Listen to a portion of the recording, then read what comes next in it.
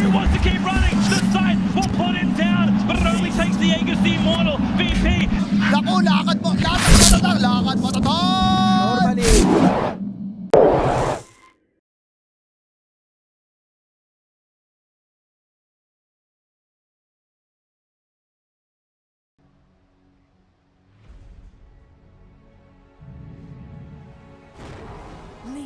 Select your hero. Make the ultimate choice. Very wise. First, he held the skill point for a while, but he gets that fire blast, and you can just set up the split earths for a 4-2-3. However, they get the spear. No. Get level 2 first here, did Enryu. That means he had the God Rebuke as well as the spear. Fairy fires galore. First blood goes the way of the Mars. So hard already for them. Ishka. He's copping the clicks. Arbeng is certainly going to be able to chase him down here. The few last little auto attacks he's going to get it. So that's a solo kill there for the Enchantress. You're going to be happy if you're Obi Neon right now. Just a whole chunk of caster curse coming out. he did try getting to his tower, but I feel like he needed to realize early that he had to TP away. But at least he gets the whole... He's trying his best, Jing. At the end there. Oh, he has the fancy feet. Gets away from Ace 12. But maybe they try and go here onto Enryu. He's going to get caught out by the Split Earth, but he had a big wand to at least keep himself away. The auto attacks. Oh, onto the jungle if he wants to. They've still got Avatar mode in the mid lane who's going to clean up these stacks if they ever do make them. But bottom side, they take down Enryu one more time. We'll take down Kisha, so he will lose his life first off. Split Earth does get dodged there by Mr. Jing. Walks himself into a sentry, so it's a little bit more extra damage. Top lane again. That he doesn't want to play with. See if he can get the kill here onto Hishka. Does get the cookie jump, but Arbeng does so much damage with this Medallion of Courage. He's even going to be able to dive the tower because he's got this creep. So we'll leave him be. Enryu is going to take down 4-2-3. They're going to get the kill there onto Ace 12 thanks to rotation of Avatar mode. I was putting too much emphasis on this top side of the map here that I didn't even... Early game lineup, right? You've got the Enchantress Queen of Pain lane. Like, that is extremely strong. Sanctity has just walked into a Mars. He's going to be struggling to get out of this one. Yep, he gets cookied directly back into everybody of Obi Neon, but at least 4-2-3 now has come in onto this Leshrac, level 6 here. If he's going to be able to try and get something. Oh, beautiful Arena of Blood there from Enryu. They secured the kill onto the position 1 Leshrac, and now they're sending their attentions back here onto Kishka. They get the kill here on a Kishka. They just dive the tower. They've got so much HP. TP is coming back in here from Sanctity. Enryu is just going to spear him towards the tree. Avatar mode is here as well. Light Striker Ray will be able to catch out the Templar Assassin. Oh no, he just spawns. Guys, he just spawned. You can't let him do that. Finally, the charge comes in here from 11. This looks like this might be the consolation prize. It is going to be Avatar mode, and I think maybe Obi Neon could have just overstepped their bounds just a little bit too much here. The last little auto attack from Arbeng. That is an unstoppable Enchantress at 10 minutes into the game. She is 6-0-3. Couple of minutes do pan out. They certainly do have the damage to try and kill some of these members. Enryu, though, is doing a beautiful job. Arena of Blood, keeping everybody at bay. So the Mortimer's Kisses and the 5-man rotation from Lilgun really isn't just going to work out for anything. Arbeng, you can't give away this bounty. You're a pretty big juice to give to the side of Lilgun, and they give the bounty over to 4-2-3. Enryu is going to die as well. I thought that was just going to be, okay, guys, see you later. He used way too much. Behind. Jing's getting caught here as well, but they missed the Split Earth. He still goes down. Yeah, they still do take him down, but now Parlos is here. He's joined the fray. The Arena of Blood goes in, Spear, as well as the God's Rebuke. They're waiting for it. They haven't been able to secure the kill just yet. 4-2-3 will go up into the Yule Scepter. And now Parlos, he's been caught out as well. Blink away. Kai Sanj keeping him alive for a little bit longer. Arbeng has walked in through this mid side. I don't think he's really going to be able to stand and fight all just yet. The cookie comes down, so much damage goes in, but the Split Earth is there to secure the kill. And Obi Neon, they were 9k ahead 2 minutes ago. They are now owned. He does pick up a haste rune, so he is very, very fast. He has been charged up though, so they need to be careful about this. Has to pop the BKB. Gonna turn back around. The charge comes through. No, it gets stopped. Beautiful Arena of Blood. Enryu's caught everybody here. Obi Neon completely on the same vein when it comes to these team fights. But Sanctity, this is a DD rune on the Templar Assassin. You have to be very, very careful about her because she has the Aegis of the Immortal. Parlos, he gets caught with the Split Earth and he goes down as well. Sanctity doing a beautiful job right now at being the linchpin for... You really start to see these tier 2 one teams starting to get separated, but Arbeng being caught out. My man's was 6-0-3. He is now 7-7-5. That is... The feeling? He blinks away anyway. He's just going to get the hit for the next 5 seconds or so. Oh, really nice kick in Ryu again. No. He's just absolutely being outplayed here. Sanctity still has about 20 seconds left here on this Aegis, so they're setting their attention to everybody else on the side for Lilgun. Haven't been able to take down 4-2-3 just yet. They will eventually get that one done. Not before a charge goes out once again here from 11 and everyone's getting caught. The last remaining member is just Sanctity here. 9 seconds, 8 seconds, doesn't matter. He goes into the Aegis form, respawning is here. Jing does a beautiful job at cancelling the TP, and Sanctity will go down. Palos will finally collect the kill with a triple kill. And Obi Neon. Sanctity can't actually do that much on his own. They have caught Palos. Yeah, he's pretty tanky though. He's got himself a Shiva's Guard as well as this Sakai Sanj. Beautiful Arena of Blood comes in here from Enryu. How much can they get done here though? That's the real question. Is it more disengaged or is it some actual kills? They lose the Queen of Pain on the backside of this. 4-2-3 will bite the dust as well. And they still take down yet another member. And that will be Enryu who's going to bite the dust. Kishka will follow in suit. So they lose 3 members. They get to themselves.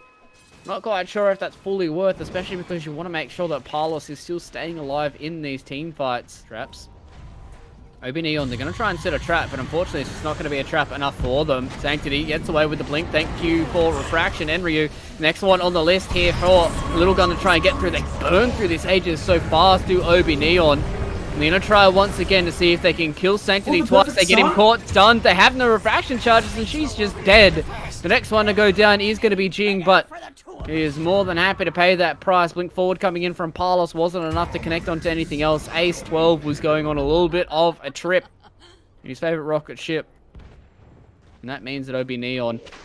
That's the decisiveness that you expect from a team coming in from Div 1, right? Like, this is why this team got an Ogre, a Spirit Breaker, and a Snapfire after that. Like, it is all about killing this TA, and if you get through that first life before she does anything, what's she supposed to do for the rest of the fight?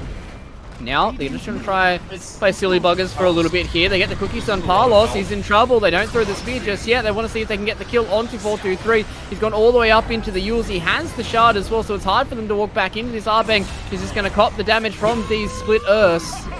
And that means that with the extra kills going through, 4-2-3 gets himself back into the base. They want to see if they can take 11 with Avatar mode. He's so fast. Do they have anything else? I thought, no way my mans was about to just 1v3. Kishka gets himself a triple kill, so the Snapfire is happy with that bit.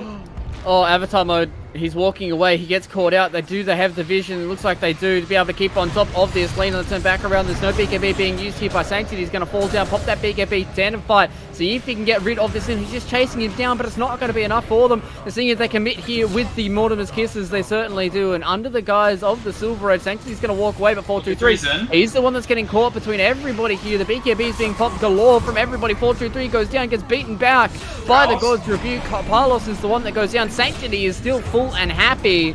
So the rest of Obi Neon are just going to have to get themselves out of here. Enryu trying to walk himself away, trying to get himself into a nice little hovel to run away, but it is not. They're the two heroes that can easily like frontline a Roshan fight and then come right back in. For now though, Sanctity's found Weaver. Yeah, Jing, you get saved by his buddy Enryu though, so they're really just trying to get out of dodge as fast as they possibly can. The silencers come in, Jing has the timelines back into the Spirit Breaker though, and everybody's popping their BKBs and just trying to fight. Enryu doesn't catch any of the course inside of his Arena of Blood. This is where it starts getting spooky, especially with that big charge that comes in there from 11. Palos is going onto the backline trying to help his buddies out, but it's just not going to be enough for them. Finally, Avatar mode's able to sit here and just auto attack through. They're going to take down the Templar Assassin. Sanctity will bite the dust, but he buybacks and he's TPing into the outpost. They can see the big scary TA coming back into this. It's a Daedalus. Palos will just blink away right at the end there of the TA auto attack, and with the blink stun, it is a full 5-man smoke coming in from Lilgun. BKBs. Do they really have the damage for this? They can't take him down with the BKB. Palos turns back around with his own BKB. This fight is breaking out on absolutely every single front humanly possible. 4-2-3. You'll set the up, goes in to the Stormcrafter as well. We'll turn back around. Enryu, though, he's the one that's copying a whole lot of damage here coming in from 423. He bites the dust early on here. Palos has to try and run away from Kishka, who's doing so much damage on this Snapfire, and everybody has to leave the scene of the crime for Lilgun. Sanctity, he's kind of stuck on the high ground here. Really hasn't been able to do all too much. They've got the buybacks in here from 423. The buybacks coming in from the Snapfire as well, so with Lilgun. Spotted. Yeah, Lincoln's did get popped as well, so there's a little bit of vision coming in here. Oh, and Ryu, he did just miss it. Unfortunately, the charge comes down as well. They're on Avatar mode. He has to use his BKB. He has Static as well, so he turns back around. Gets this fight going, but it was a big time lapse that came in as well. 11's doing so much work. The Sonic Wave hasn't really done all too much damage for them just yet. Essentially, just sitting here, free hitting away, just burning through everybody. They're going to lose Avatar mode early on here. Same with the Weaver, and Arbang's going to join everybody in the grave. And Palos knew very early on that that was going to be... If they can time this with Refraction running out, it is plausible they kill him. There it is. On it, they go for Kishka. Unfortunately, got Kishka instead. They send the Snapfire towards the tier 4 tower. They're seeing what they can do here. Palos is just getting chains done by everybody else. They will eventually take down the Snapfire, but with no BKB for Palos, he is certainly dead. And that is everybody on the deck here for OB Neon and Lilgun. Pulling this game back from the brink. It was 11 minutes in and we were almost writing the check for OB Neon. How clean those guys looked, and that is going to be GG. Game 1 going the way of Lilgun once again off the back of 423 and Sanctity. These boys seem to be a...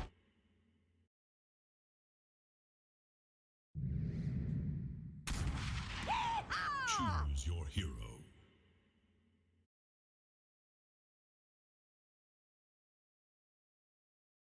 Something that they think is very good, like try to work it out, or just play something stable that they're comfortable with and be like, okay, let's play for upper bracket, or 423 is just dead. Yep, he just copped at the perfect time there for Avatar mode to at least give him the distance that he needs top side, though they are looking for more. Arbang doesn't want to give away these Jingu stacks, unfortunately he does. The Boundless Strike is off cooldown, but he's getting slowed, he's getting body blocked, and that means that potentially it will be a kill there. Definitely could be.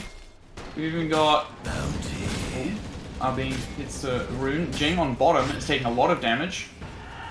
Haven't been able to change out. Yes, looks like Ace eventually does go down there. Enryu did a beautiful job of being in a tier 2 tower. They certainly would have killed Palos there, but tier 2 tower's a little bit too spicy, a little bit too hard for them to get through. I think if they managed to burst through Palos' mana before he got the 6 off, that'd have gone for it. The fight that goes down, the war comes in. 423, he's getting stuck with the boys, and now they get the rocket there onto Jing, and the TP away there from Enryu, so remember right now he's Enryu or 11. This is where it starts getting spooky for him. He's going to lose one of his lives now. They need to make sure that they get rid of this Phantom's Embrace, but with that Boundless Strike, so much damage comes in from the Monkey. Kill. It is a little bit of a longer cooldown, so Ace 12 just wanted to leave that one be, feeling like Sanctity could have got that one done, but maybe this might be the time to go in. Fiend's Grip didn't get taken out there, but just get stunned instead, so Ace 12, he's going to lose his life and Sanctity goes down, so this is not really the play that you'd want if you were a Lilgun fan. And next they're going to set their sights here onto 11 to the side of Lilgun. Primal goes in, Raw comes in, 11. This is not really a good spot for you to be in, brother. You need to make sure that you keep him alive. He is very, very strong, and that means that the IO cannot bring him out of here alive. And he will just stand still and unfortunately not be able to keep his Monkey King there. Oh, the sleep and the grip. We call it the 1-2 punch here over in Australia, and that means that it is 2 kills going the way of Lilgun. They're going to turn back around, and Sanctity's going to lose his life. So OB Neon, albeit the opener was very horrendous for Mr. Palos, Lilgun have fumbled much like they did in game number 1. Yep, they're just going to relocate directly here on top of the Medusa. Yeah, Sanctity, you might be losing your life towards that middle lane, but right now you are losing your big bad Medusa. You're going to take that any day of the week, though, if you are the side of... Oh, Kishka just went back into the homie's hand. It was a smart play coming in there from 423 not to go into the waiting arms of OB. Tower, which is always so important. Yeah, 100%. Enryu's a bit of a chubster, though, if you have a look at his net worth. almost at that 9,000 net worth, and unfortunately Ace has just gone into an awkward scenario. Now they're walking in. The Inkswell did a lot to stun the Monkey King, so it is just a Wukong's command, and that's Sure, they can keep sieging here. So whether it's a Grimstroke, Silence, or a Chains, they have to make sure Kishka can't get that relocate out. well, he just goes in right now, and they burn through the IO. 423 does have his own Aegis to try and play around with, but that Aegis gets burnt. With everything on cooldown here for a Gyrocopter, there's really not much that you can do. Mortimer's Kisses trying to buy a bit of time here, but everyone gets stunned up by the Stone Gear, so Palos comes in. A nice little buyback coming in from Kishka as well, seeing if he can save his buddy 423, but it doesn't look like it's going to be it. Avatar mode with a triple kill here on the Ember Spirit, looking for a fourth, but it's Enryu who seals that one. Sanctity's just going to TP away in front of everybody's faces, so Lilgun just overstepping the bounds just a little bit there, not understanding that, you know, it's a little bit hard for them to protect their IO. And Avatar mode freshly peaked up BKB, rushing towards the top side. They do train out onto the slip, but they do have... What? Why did he just cancelled his own feed script? Okay. Alright, so either way, that's the way that this fight is going. Soulbind comes in with the roar on top as well. Everyone gets pushed away. There's Nice so much damage that goes in. Then everyone's staying alive. 423 doing so much damage with this split shot. They haven't killed Mishka just yet, but they do eventually get it done. I was sitting there, I was thinking, surely this is probably a kill there on Avatar mode, but the Fiend script getting cancelled and 11's going to go down as well, and this means that Lilgun not really having a good time. Very, very close to that first big power spike for a Medusa, which is the Skadi Avatar mode. Sleight of Fist Searing Chance goes in directly onto the backline. They do realise that there is no Fiend script. The Roar goes down on the 4-2-3. He's going to lose his life as well. Avatar mode, haste, root, and everything. They're just going to burn through everybody on the side of Lilgun. Straight BKB, something that I honestly love to see come out of Embers, but I feel like I don't often enough. And it's just to abuse that Inkswell. Yep, and you can see right now BK being at the perfect time there. Unfortunately, they just weren't able to get close enough to get the stun. The Roar comes down onto 423. He's being kept alive here by the IO. So Kishka's doing a good job. BKB has to be popped there by the Gyro, and they just get out. They just say, thank you, Mr. Gyrocopter. You used some cooldowns. We say, see you later. On the bottom tower, they managed to even get that with the catapult, and this catapult will keep pressuring towards that tier 2. Oh, 11's actually, wait a second. You hate to see it. You really do hate to see it. There was an idea there, and unfortunately, it just blew up in his face. I did Soulbind, so I guess that's going to be going towards the wayside, but Avatar mode says, no, thank you. I want to see if I can get these kills. They get the Inkswell Sun, but the Fiend script comes down. Ace 12 is doing a good job at keeping Avatar mode low, but no. They've got Jing there with the Aghanim Scepter on the Weaver, so that means that he goes back in time and says, thank you, buddy. Carlos has just been hitting away at these buildings as well. My man has had to do literally nothing this entire game, being the insurance policy for OB Neon. But a policy we don't need to claim on for today. 423 seeing if he can go in on Avatar mode, but the Aghanim Scepter is all too strong from the Weaver. 27 minutes into the game, and everybody is on the respawn screen here for the side of Lilgun. And they're just going to call the G's, and we're going to say a swift good night, ladies and gentlemen. And that is going to be...